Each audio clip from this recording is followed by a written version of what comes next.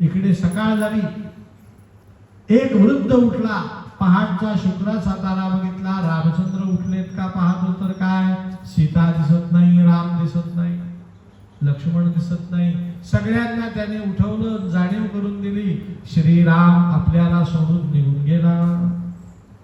तरुण लोकांनी गट बनवले, काही जण रथाचे चाकं जिकडे दिसतात तिकडे सैर वैर धावतात.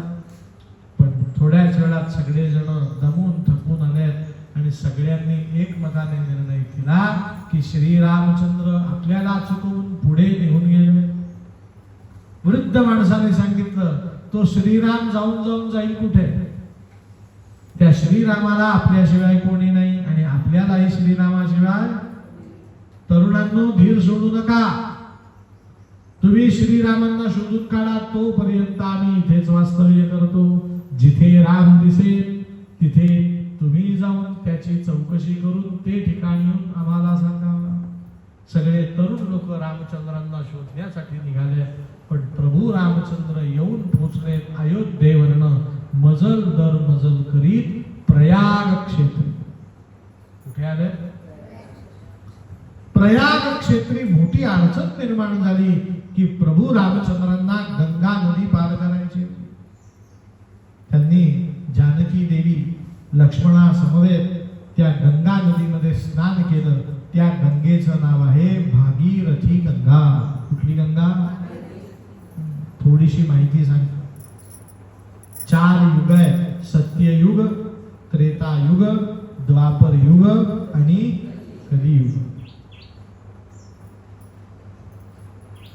थोडक्यात सांगतोय, नीट ऐकलं तरच समजेल. ज्या वेळेस भगवंतांनी वामन अवतार घेतला त्यावेळेस 3 पावलात सगळी भूमी व्यापून टाकली. पहिलं पाऊल सत्यलोकापर्यंत, भूलोक, भुवालोक, महालोक, जनहालोक, तपालोक आणि सत्यलोक. त्या सत्यलोकात ब्रह्मदेव बसलेले होते. त्यांनी बघितलं नारायणाचे चरण आपल्या घरी आले, म्हणून ब्रह्मदेवाने आपला कमंडलू उचलला आणि नारायणाच्या पायावरती काय सुरू केला? अभिषेक. ओम सहस्रशीलिका पुरुषा सुरू केलं आणि त्या पाण्याची धार नारायणाच्या चरणावरून खाली वाहू लागली. आता तो कमंडलू काही संकेत दीक्षितांचा नाही, तो ब्रह्मदेवाचा कमंडलू आहे. त्या ब्रह्मदेवाच्या कमंडलूचं नाव आहे ब्रह्मकटाह. काय नाव आहे? तो ब्रह्मकटाह उलटा केला. त्या गंगेची धार आता पाताळापर्यंत जाऊन भेदन करते का काय अशी भीती वाटायला लागली. सगळ्यांनी शिवशंकरांची प्रार्थना केली आणि शंकरांनी ते नारायणाचं चरणाचं तीर्थ कुठे धारण केलं? डोक्यावरती. डोक्यावरती शंकरांनी धारण केलं नारायणाचं तीर्थ. त्याचं नाव झालं गंगा. काय नाव झालं? म्हणून गंगेचं पहिलं नाव आहे विष्णुपादाब्ज संभूता, नारायणाच्या चरणापासून निर्माण झालेली. मग नारायणाच्या चरणापासून निर्माण झाली, तिला काय म्हणायचं? मोठ्याने सांगा. गंगा. मग ही गंगा कोणी धारण केली? मोठ्याने उत्तर द्या, म्हणजे आजूबाजूचे उठून जातात. कोणी धारण केली? आता नीट. शंकरांच्या डोक्यावरती पूर्ण गंगा आहे, पण आमच्या त्र्यंबकेश्वरी गौतम ऋषींच्या हातून गोहत्येचं पातक झालं. त्या पातकेपासून निवृत्ती मिळावी म्हणून गौतम ऋषींनी शंकरांकडनं गंगा मागून घेतली. पण शंकरही हुशार, ते पूर्ण गंगेला देत नाहीत. त्यांनी फक्त 1/4 गंगा दिली. किती? आणि ती 1/4 गंगा आमच्या त्र्यंबकेश्वरी प्रगट झाली आणि नाशिक मार्गे, नांदेड मार्गे प्रवास करत करत पूर्व समुद्रावरती राजमहेंद्री क्षेत्री समुद्राला जाऊन मिळाली. त्या गंगेचं नाव आहे गौतमी गंगा. काय नाव आहे? कुठल्या युगात प्रगट झाली? सत्ययुगात. सत्ययुग संपलं, त्रेतायुग आलं. सूर्यवंशाचे 4 माणसं, राजा दिलीप, अंशुमान, सगर आणि भगीरथ, या 4घांनी प्रयत्न करून गंगेला 1/4 परत मागून घेतलं. गंगोत्रीला ती गंगा प्रगट झाली. ती पश्चिम बंगालच्या उपसागरात जाऊन मिळाली. गंगासागर म्हणतात की नाही, ती गंगा त्रेतायुगात प्रगट झाली 1/4. त्या गंगेचं नाव भागीरथी गंगा. कुठली गंगा? आता अर्धी गंगा गेली, अर्धी गंगा शिल्लक आहे. पण आलं द्वापरयुग. सगळ्या ऋषी मुनींनी प्रार्थना केली, आम्हाला स्नानासाठी पाणी पाहिजे. त्या ऋषी मुनींच्या सांगण्यावरून शंकरांनी परत 1/4 गंगा दिली. दक्षिण भारतामध्ये श्रीशैल्यम नावाच्या क्षेत्री कृष्णा नदीमध्ये ती गंगा प्रगट झाली. तिचं नाव आहे पाताळ गंगा. कुठली गंगा? बघितली गेली श्रीशैल्यमला. ही तिसरी गंगा आहे. 3/4 गंगा पृथ्वीवरती आली. आता कलियुग आहे आणि 1/4 गंगा शिल्लक आहे. भविष्योत्तर पुराण ज्याच्यामध्ये भविष्य सांगितलं, त्या पुराणात लिहिलेलं आहे कलियुगात गंगा प्रगट होणार नाही. मग कलियुगातल्या लोकांनी काय करावं? तर शंकरांनी सांगितलंय तुमच्यासाठी गंगा आहे हरिकथा गंगा.